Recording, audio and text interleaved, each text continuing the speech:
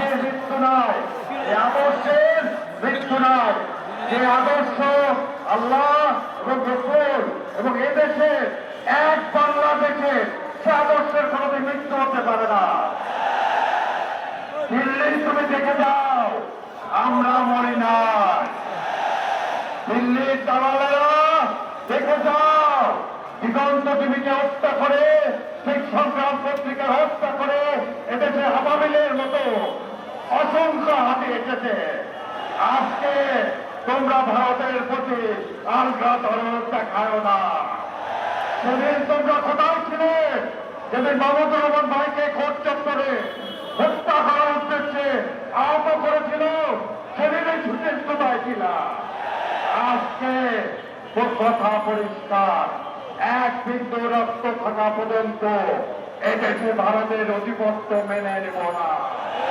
এদেশে আওয়ামী লীগ নামক এই পাপ আমরা আর বহন করব না ইনশাল্লাহ। এই আজাদি আমাদের এই মুভমেন্ট, আজাদির মুভমেন্ট।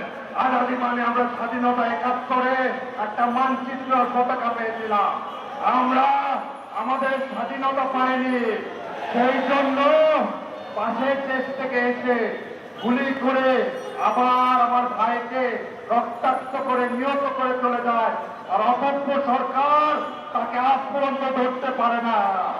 এই সরকারের স্বরাষ্ট্র উপদেষ্টা এবং আইন উপদেষ্টা এদের পদত্যাগ করা উচিত, এবং যদি না পারেন দেখে যাক এই লক্ষ জনতা এদেশকে পাহারা দেবে ইনশাল্লাহ। ইনসাফ জিন্দাবাদ। আজে মরতে পারে না, আজের জন্য আমরা আছি অক্ষত।